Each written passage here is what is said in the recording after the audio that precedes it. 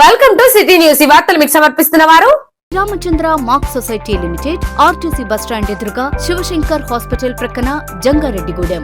నా పేరు పావని. ముందుగా వార్తలను ముఖ్యాంశాలు.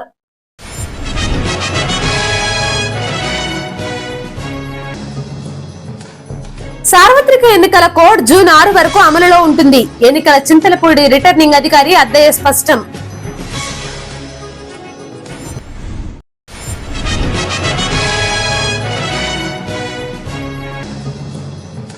సొంగ రోషన్ కుమార్ భేటీపై వచ్చిన వార్తలు అవాస్తవం. చింతలపూడి ఎమ్మెల్యే ఎలిజా వెల్లడి.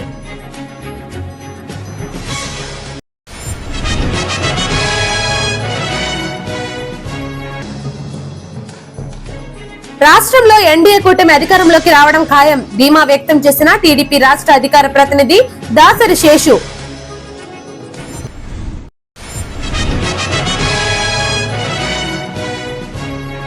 దేవులపల్లిలో వింత జంతువు అడుగుజాడలపై ఆందోళన అవసరం లేదు. ఇన్ఛార్జ్ డిఎఫ్ఓ నాగేశ్వరరావు స్పష్టం. సార్వత్రిక ఎన్నికల కోడ్ జూన్ 6వ తేదీ వరకు అమలులో ఉంటుందని ఎన్నికల చింతలపూడి నియోజకవర్గంలో రిటర్నింగ్ అధికారి ఆర్టీఓ అద్దయ్య తెలిపారు. రంగారెడ్డిగూడెం ఆర్టీఓ కార్యాలయంలో ఆయన మీడియాతో మాట్లాడారు. సార్వత్రిక ఎన్నికల కౌంటింగ్ ప్రక్రియ జూన్ 4వ తేదీ జరుగుతుందని అన్నారు. దీనికి సంబంధించిన ఈవీఎం బాక్సులను ఏలూరులోని సిఆర్ఆర్ ఇంజనీరింగ్ కళాశాలలో స్ట్రాంగ్ రూమ్లలో భద్రపరిచామని అన్నారు. కౌంటింగ్ కు సంబంధించి అన్ని ఏర్పాట్లు పూర్తి చేస్తున్నామని అన్నారు. కావున ప్రతి ఒక్కరూ ఎన్నికల కమిషన్ నిబంధనలను అనుసరించాలని సూచించారు.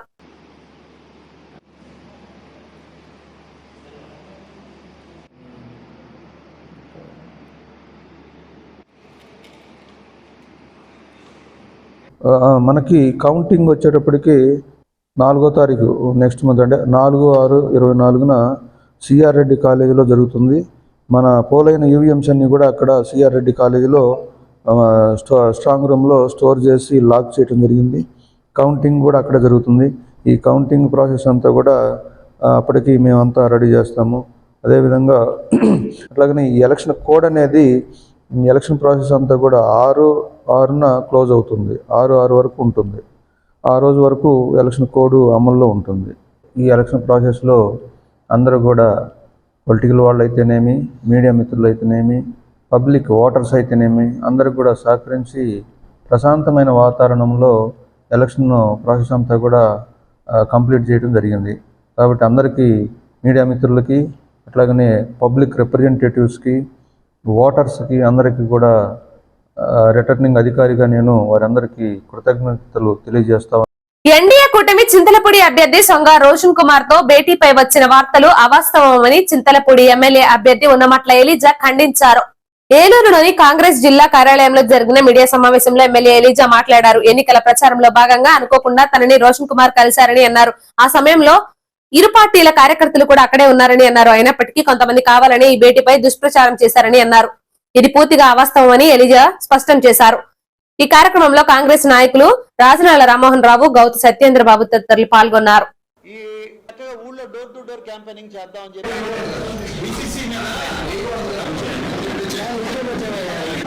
సొంగరాజన్ గారు వచ్చారు మా ఆఫీస్కి అనేది.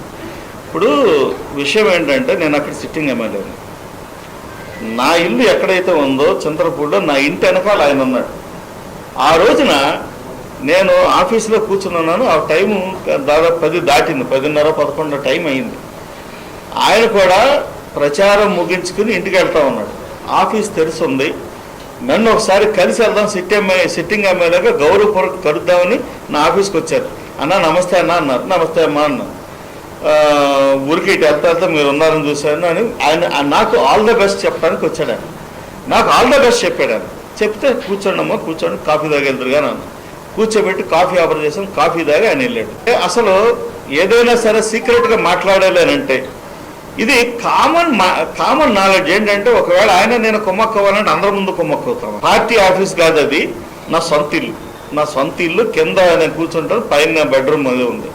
నా సొంత ఇంట్లో నేను కూర్చున్నాను. నా దగ్గర ఒక దగ్గర 10 మంది కాంగ్రెస్ నాయకులు కూర్చొని ఉన్నారు.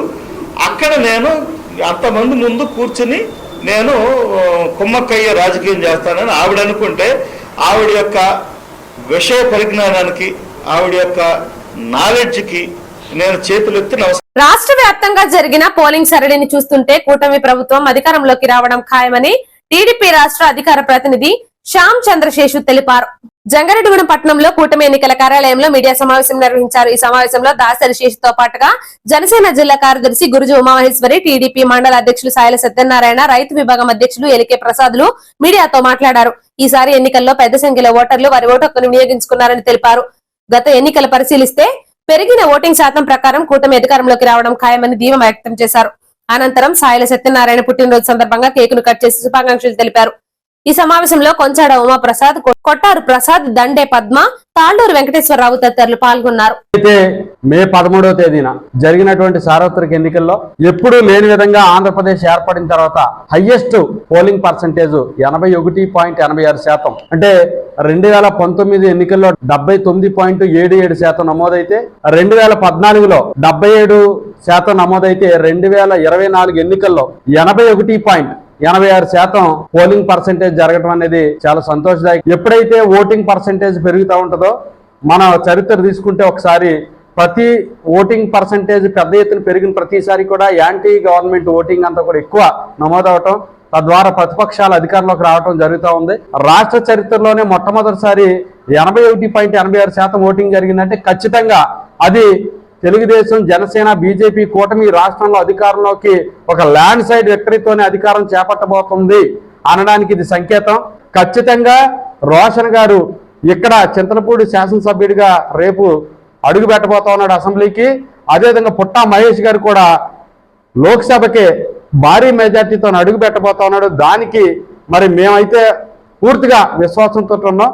ప్రజలందరికీ ముందుగానే మా యొక్క ధన్యవాదాలు తెలియజేస్తాం. పవన్ కళ్యాణ్ గారు ఎంత నీతి నిజాయితీ ఉన్న నాయకుడు అంటే, ఆయన ఒక మాట కట్టుబడి ఉండే నాయకుడు. చంద్రబాబు నాయుడు గారిని ఏ రోజైతే అక్రమంగా అరెస్ట్ చేసి రాజమండ్రి సెంట్రల్ జైల్లో పెట్టారో ఆ రోజున ఆయన వెంటనే వెళ్లి అక్కడికి ఒక విజన్ ఉన్న నాయకుడు చంద్రబాబు గారు, ఒక అనుభవం ఉన్న నాయకుడు. ఆయన పరిస్థితి ఇలా ఉందంటే రాబో రోజుల్లో రాష్ట్రం పరిస్థితి ఏంటి అని ఆలోచించి ఓటు చేయనివ్వను నేను అని ఆయనకి మాట ఇవ్వడం జరిగింది. ఆ మాట కట్టుబడి స్టేట్ లో పవన్ కళ్యాణ్ గారు ఎలా అయితే అన్కండిషనల్ గా పనిచేశారో, ఇక్కడ కూడా మా అభ్యర్థి శ్రీ సొంగ రోషన్ కుమార్ గారు అయినప్పటికీ కూడా మా అభ్యర్థి పవన్ కళ్యాణ్ గారే అనుకుని మా జనసేన పార్టీ తరఫున మా శక్తి వంచన లేకుండా అంతే అన్కండిషనల్ గా పనిచేయడం జరిగింది. మొన్న 13వ తారీఖున జరిగిన ఎన్నికల్లో ఏలూరు పార్లమెంట్ నియోజకవర్గ ఉమ్మడి అభ్యర్థి పుట్టా మహేష్ కుమార్ యాదవ్ గారిని, చింతలపూడి నియోజకవర్గ ఉమ్మడి అభ్యర్థి సొంగ రోషన్ కుమార్ గారిని గెలిపించడానికి తెలుగుదేశం పార్టీ నాయకులు, కార్యకర్తలు, అభిమానులు, అలాగే జనసేన పార్టీ నాయకులు, కార్యకర్తలు, అభిమానులు, బీజేపీ పార్టీ కార్యకర్తలు, నాయకులు, అభిమానులు అహర్నిశలు కష్టపడి తెలుగుదేశం పార్టీని గెలిపించి చంద్రబాబు నాయుడు గారిని ముఖ్యమంత్రి చేయడానికి ప్రతి ఒక్కరూ కూడా చాలా కష్టపడి ఓట్లు వేయించి మన జంగారెడ్డిగూడెం మండలంలో 86.48% నమోదు చేసి అత్యధికంగా తెలుగుదేశం పార్టీకి ఓట్లు పడే విధంగా కష్టపడ్డ కార్యకర్తలకు, నాయకులకు, అందరి గ్రామ పార్టీ అధ్యక్షులకు, క్లస్టర్ ఇన్ఛార్జీలకు, బూత్ ఇన్ఛార్జీలకు, యూనిట్ ఇన్ఛార్జీలకు, జనసేన, బీజేపీ పార్టీ నాయకులకు, కార్యకర్తలకు ప్రతి ఒక్కరికి పేరు పేరున మండల తెలుగుదేశం పార్టీ తరఫున హృదయపూర్వక కృతజ్ఞతలు తెలియజేసుకుంటూ, నిన్న సోమవారం నాడు 13వ తారీఖు అసెంబ్లీ ఎలక్షన్ జరిగిన తీరు చూస్తే తెలుగుదేశం ఉమ్మడి అభ్యర్థులు బంపర్ మెజార్టీతో నెగ్గుతారని మాకు అకాడ విశ్వాసం ఉంది. దానికి కారణం 81% ఓటర్ రోల్ మండలం అంతా కూడా భారీగా ఓటు వేసి, రాత్రి మా శ్రీనివాసవరం అయితే 7-9 వరకు కూడా ఓట్లు వేసి ఎవ్వరూ కూడా బయటికి వెళ్ళకుండా ఎర్ర టెండలో 2 గంటలు 3 గంటలు ఉండి వెయిట్ చేసి ఓటేశారు. అంటే మార్పు కోసం అనేది మా అందరికి అర్థమవుతుంది. జంగారెడ్డిగూడెం మండలం దేవులపల్లి శివారులో ఉన్న పొలంలో కనిపించిన వింత జంతువు అడుగు జాడలపై కంగారు పడాల్సిన అవసరం లేదని ఇన్ఛార్జ్ డిఎఫ్ఓ నాగేశ్వరరావు తెలిపారు. రెవెన్యూ అధికారుల సమాచారం మేరకు వింత జంతువు అడుగు జాడల ఛాయాచిత్రాలను ఉన్నతాధికారులకు వైల్డ్ లైఫ్ ఫారెస్ట్ అధికారులు పంపించామని అన్నారు. అయితే ఈ పాదముద్రలు క్రూరమృగాలకు చెందినవి కాదని తమ ప్రాథమిక నిర్ధారణలో తేలిందన్నారు. కావున ప్రజలు కంగారు పడాల్సిన అవసరం లేదని, అయినప్పటికీ అప్రమత్తంగా ఉండాలని సూచించారు.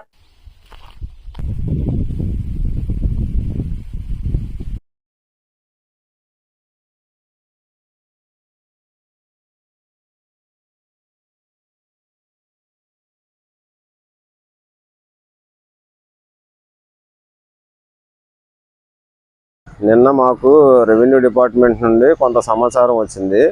దేవులపల్లి చుట్టుపక్కల పొలాల్లోనే ఏవో అడుగుజాడలు ఉన్నాయని చెప్పేసి ఆ భయభ్రాంతులకు గురయ్యి ఆ ప్రజలందరూ భయపడుతున్నారని చెప్పేసి మన రెవెన్యూ డిపార్ట్మెంట్ వారు మాకు కొన్ని ఫోటోలు పంపించడం జరిగింది, అడుగు జాడల ఫోటోలు.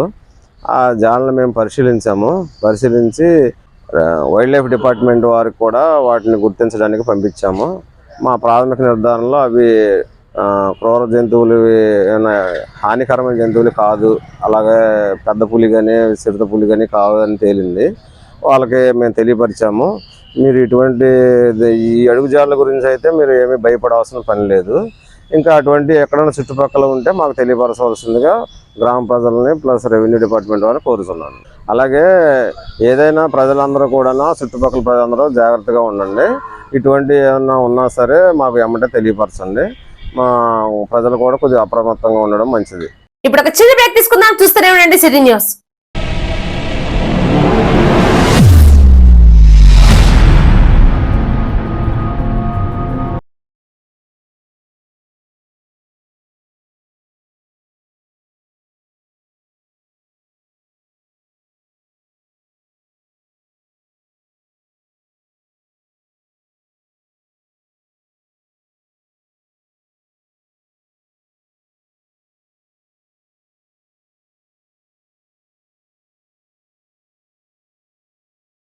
శస్త్రచికిత్స, అలాగే గర్భిణీ పరీక్షలు, రక్తహీనత, ఉమ్మనీరు తగ్గిపోవడం, బిడ్డ బరువు తక్కువగా ఉండటం, గర్భిణీలకు వచ్చే షుగర్, అధిక బీపీ సమస్యలు, నెలసరి ఇబ్బందులకు అత్యాధునిక వైద్యం అందించబడును. సంప్రదించండి Attili Poseswararao MBBS DNB, orthopaedic surgeon మరియు మేనేజింగ్ డైరెక్టర్, మరియు తోటికుంట సాయి కుమార్ మేనేజింగ్ డైరెక్టర్ల ఆధ్వర్యంలో నడపబడుతున్న hospital Sai Durga multi speciality hospital, పాత ఎంఆర్ఓ ఆఫీస్ రోడ్, టీటీడీ కళ్యాణ మండపం ఎదురుగా, Aswaraopeta road, Jangareddygudem. Phones 08821 224104 and 8332004104.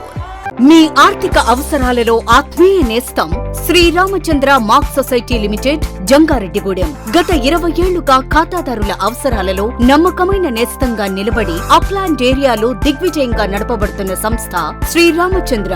దశాబ్దాల కాలంగా నమ్మకానికి, విశ్వసనీయతకు మారుపేరుగా నిలిచి ఖాతాదారుల సొమ్ముకు పూర్తి భద్రత కల్పిస్తోంది మీ శ్రీరామచంద్ర. మీ డిపాజిట్లపై అత్యధిక వడ్డీ రేట్లు, 3 నెలల కాల పరిమితిపై 5% వడ్డీ, 6 నెలల కాల పరిమితిపై 6% వడ్డీ, 6 నెలల నుండి 1 సంవత్సరం లోపు 7% వడ్డీ, 1 సంవత్సరం నుండి 3 సంవత్సరాల లోపు 10% వడ్డీ, మరియు 7 సంవత్సరాల 96 రోజులకు మీ సొమ్ము రెట్టింపు. ప్రీ మెచ్యూరిటీ డిపాజిట్ల క్యాన్సిలేషన్, రికరింగ్ డిపాజిట్, సురక్ష డైలీ డిపాజిట్ సౌకర్యం కలదు. Savings account, current account, locker సదుపాయం కలదు. బంగారు ఆభరణాలపై రుణ సదుపాయం కలదు. చిన్న వ్యాపారస్తులకు లోన్ సౌకర్యం కలదు. సక్రమమైన మార్గంలో సంపాదన ఎంత ముఖ్యమో సరియైన సంస్థలో పొదుపు చేయడం అంతే ముఖ్యం. వివరాలకు సంప్రదించండి Sriramachandra mark society limited, RTC bus stand ఎదురుగా, శివశంకర్ హాస్పిటల్ ప్రక్కన, జంగారెడ్డిగూడెం. ఫోన్ నంబర్స్ 08821 225 885 మరియు 94917 11922.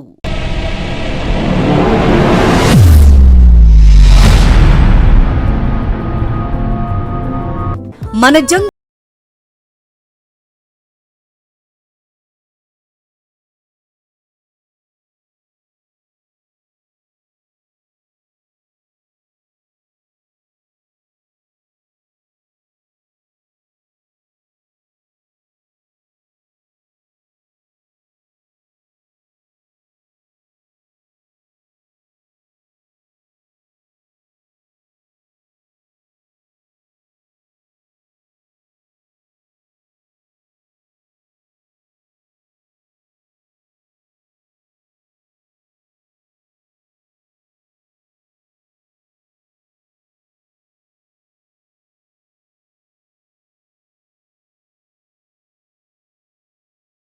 Poseswararao MBBS DNB, orthopaedic surgeon మరియు మేనేజింగ్ డైరెక్టర్, మరియు తోటికుంట సాయి కుమార్ మేనేజింగ్ డైరెక్టర్ల ఆధ్వర్యంలో నడపబడుతున్న hospital Sai Durga multi speciality hospital, పాత ఎంఆర్ఓ ఆఫీస్ రోడ్, టీటీడీ కళ్యాణ మండపం ఎదురుగా, అస్పారావుపేట రోడ్, జంగారెడ్డిగూడెం. ఫోన్స్ 08821 224104 మరియు 8332004104.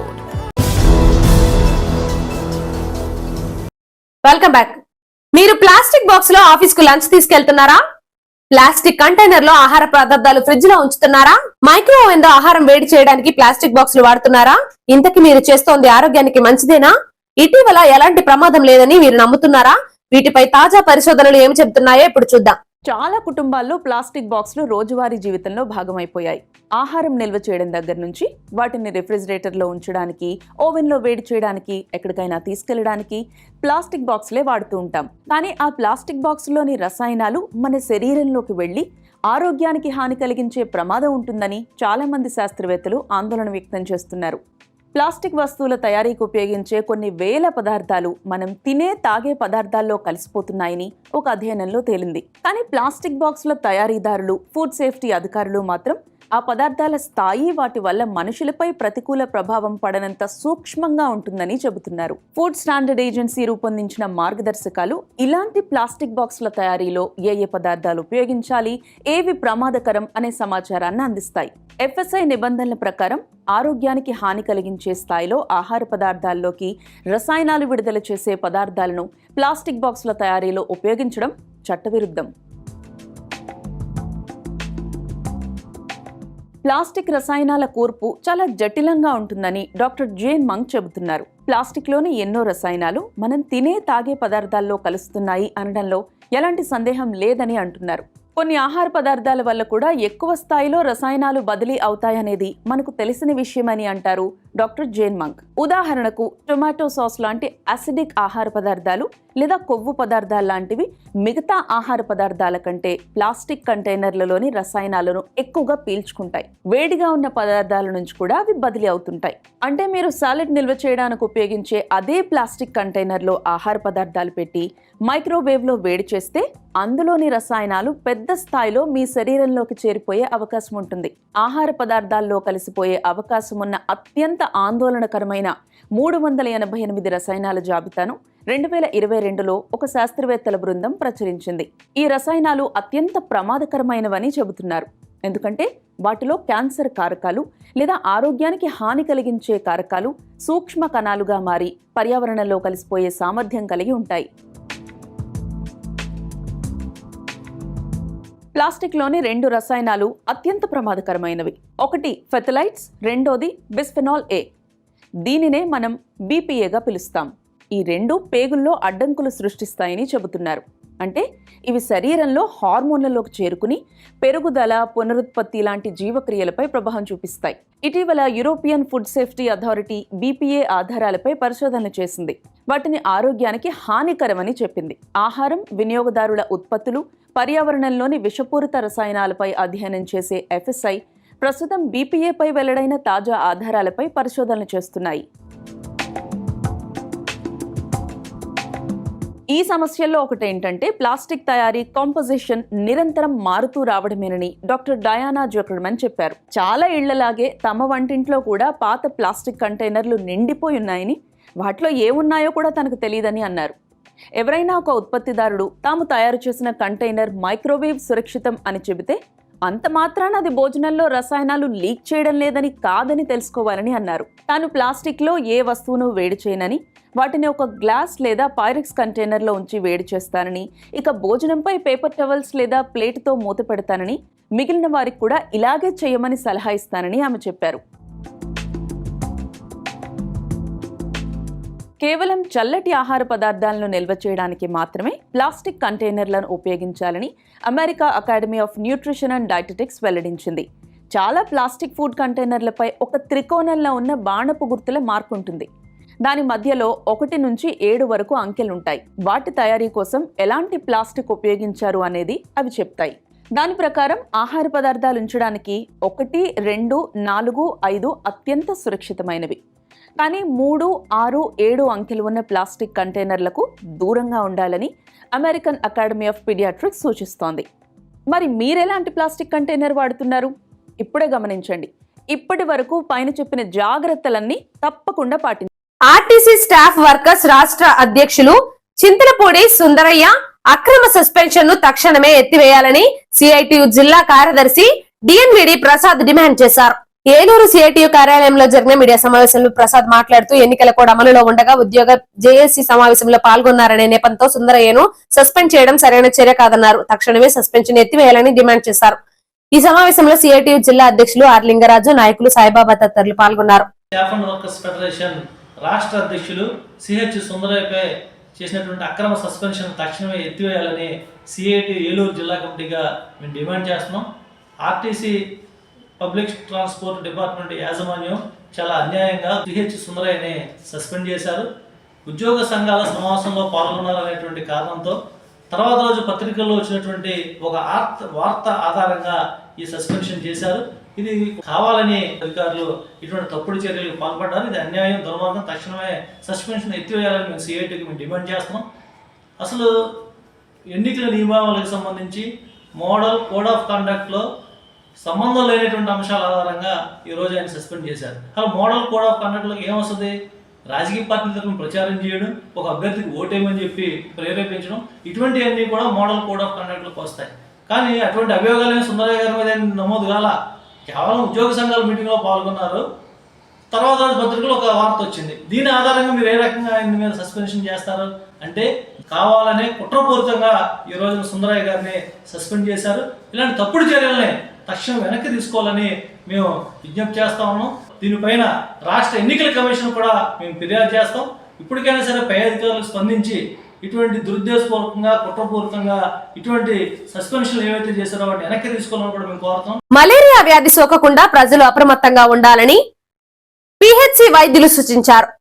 ప్రపంచ మలేరియా దినోత్సవం సందర్భంగా చింతలపూడి పట్టణంలో ర్యాలీ నిర్వహించారు. వైద్య ఆరోగ్య సిబ్బంది నినాదాలు చేసుకుంటూ ప్రజలకు మలేరియా వ్యాధిపై అవగాహన కల్పించారు. ఈ సందర్భంగా వైద్యులు మాట్లాడుతూ మలేరియా వ్యాధి సోకకుండా తగు జాగ్రత్తలు తీసుకోవాలని సూచించారు. ఈ కార్యక్రమంలో వైద్యులు నవీష్, గీతా తదితరులు పాల్గొన్నారు.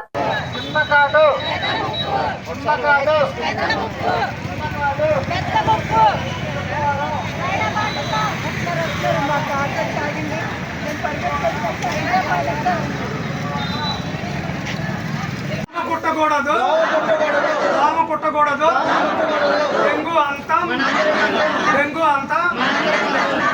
ఈరోజు నేషనల్ డెంగ్యూ దినోత్సవం. ఈరోజు చింతలపూడి డివిజన్లో చింతలపూడిలో ఏరియా హాస్పిటల్లో మనం డెంగ్యూ దినోత్సవం సెలబ్రేట్ చేస్తున్నాం.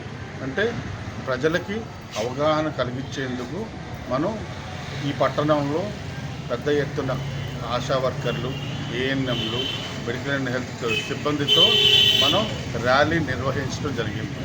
సో డెంగ్యూ దినోత్సవం ఒక ప్రాముఖ్యత ఏంటి? మనకి ప్రతి సంవత్సరం డెంగ్యూ జ్వరంతో చాలామంది చనిపోతున్నారు. సో డెంగ్యూ జ్వరమే రాకుండా ఏమి చేయాలి? డెంగ్యూ జ్వరం ఎందుకు వస్తుంది? డెంగ్యూ జ్వరం ఏడిస్ ఈజిప్టి అనే దోమ కాటు వేస్తే మనకు డెంగ్యూ జ్వరం వస్తుంది. సో డెంగ్యూ జ్వరంలో 2 రకాలు, dengue fever and second most dangerous dengue haemorrhagic fever. ఈ 2 కూడా మనకి ఈ ఏడిస్ దోమ కుట్టడం వల్ల వస్తుంది. సో ఇప్పుడు మనం డెంగ్యూ జ్వరం రాకుండా ఉండాలంటే ఏ దోమ అయితే ఈ డెంగ్యూ వైరస్ని మనుషులకి ట్రాన్స్మిట్ చేస్తుందో ఆ దోమ కుట్టకుండా ఉండాలి. తద్వారా కుట్టకుండా ఉంటే మనల్ని కుట్టకుండా ఉంటుంది. రబీ ధాన్యం బకాయి సొమ్ములు కౌలు రైతులకు వెంటనే చెల్లించాలని ఆంధ్రప్రదేశ్ రైతు సంఘం జిల్లా కార్యదర్శి కె శ్రీనివాస్ డిమాండ్ చేశారు. ఏలూరు పవర్పేట అన్నే భవనంలో జరిగిన రైతుల సమావేశంలో ఆయన మాట్లాడారు. రబీ ధాన్యం బకాయి సొమ్ములను చెల్లించకపోవడం వలన అన్నదాతలు ఇబ్బందులు పడుతున్నారని ఆందోళన వ్యక్తం చేశారు. పంట సాగుకు చేసిన అప్పులు తీర్చలేక అష్టకష్టాలు పడాల్సి వస్తుందన్నారు. కాబట్టి ధాన్యం బకాయి సొమ్ములను నిధులను విడుదల చేసి రైతులు, కౌలు రైతుల బ్యాంకు ఖాతాలకు జమ చేసి ఆదుకోవాలని తెలిపారు. ఈ కార్యక్రమంలో చిన్ని పోతురాజు, బైరెడ్డి లక్ష్మణరావు, పలువురు రైతులు, కౌలు రైతులు పాల్గొన్నారు. జరుగుతూ ఉంటే ప్రభుత్వం 239 ఆర్బీకే కొనుగోలు కేంద్రాల ద్వారా దాదాపు 2,40,000 మెట్రిక్ టన్నుల ధాన్యాన్ని కొనుగోలు చేయాలని చెప్పేసి లక్ష్యంగా నిర్ణయించారు. అయితే ఈరోజు కూడా జిల్లాలో చాలా చోట్ల కళ్ళాల్లో ధాన్యం ఉండిపోయింది. సంచులు అందక రవాణాకి లారీలు రాక అన్నదాతలు ఇబ్బంది పడుతున్న పరిస్థితి కూడా ఉన్నది. అంటే ధాన్యం కొనుగోలు సందర్భంగా అష్ట కష్టాలు పడాల్సిన పరిస్థితి వస్తూ ఉన్నది. ప్రభుత్వం తీసుకున్న నిర్ణయాలను కూడా రైతులు ఇబ్బంది పడుతూ ఉన్నారు. అయితే ధాన్యం అమ్మిన రైతులకి 21 రోజుల్లో మేము ధాన్యం సొమ్ములు చెల్లిస్తామని చెప్పేసి నిబంధనలు రూపొందించారు. మరి 21 రోజులు అంత ఎక్కువ టైం ఎందుకు పెట్టారో కూడా రైతుకి అర్థం కాని పరిస్థితి ఉంది. అయితే ఎన్నికల ముందు మాత్రం ధాన్యం రైతులకి 2 రోజులకి 3 రోజులకి ధాన్యం సొమ్ములు బ్యాంక్ ఖాతాలో జమ చేశారు. ఎన్నికలు అయిపోయిన తర్వాత ఈరోజు చూస్తూ ఉంటే చాలామంది రైతులకి 15 రోజుల నుంచి 20 రోజులు 21 రోజులు దాటిపోయిన రైతులు కూడా చాలామంది ఉన్నారు. మరి ఆ రైతులకి ధాన్యం బకాయి సొమ్ములు వారి ఖాతాలు జమ కావడం లేదు. ఇవాళ పౌర సరఫరాల శాఖ వెంటనే స్పందించి రైతులకు ఇవ్వాల్సిన ధాన్యం బకాయి సొమ్ములు ఏవైతే ఉన్నాయో ఆ నిధులను విడుదల చేసి రైతుల ఖాతాలకి జమ చేసి అన్నదాతలను ఆదుకోవాలని చెప్పేసి మేము ప్రభుత్వాన్ని కోరుతా ఉన్నాం. ధాన్యం సొమ్ములు చెల్లించకపోతే కనుక రైతులు సమీకరించి ఏలూరు కలెక్టరేట్ ముందు ఆందోళన చేపడతామని చెప్పేసి సందర్భంగా మేము హెచ్చరిస్తా ఉన్నాం. వార్తలు ముగించే ముందు ముఖ్యాంశాలు మరోసారి.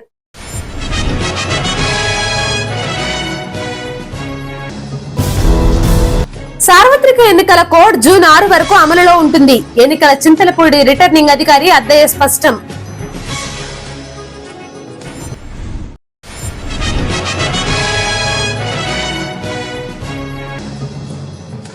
సొంగ రోషన్ కుమార్ భేటీపై వచ్చిన వార్తలు అవాస్తవం. చింతలపూడి ఎమ్మెల్యే ఎలిజా వెల్లడి.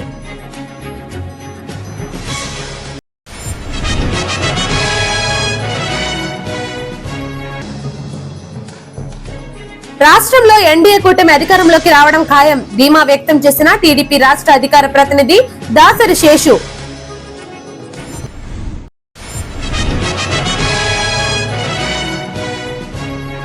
దేవులపల్లిలో వింత జంతువు అడుగుజాడలపై ఆందోళన అవసరం లేదు. ఇన్ఛార్జ్ డిఎఫ్ఓ నాగేశ్వరరావు స్పష్టం. ఇంతటితో వార్తలు సమాప్తం. నమస్కారం.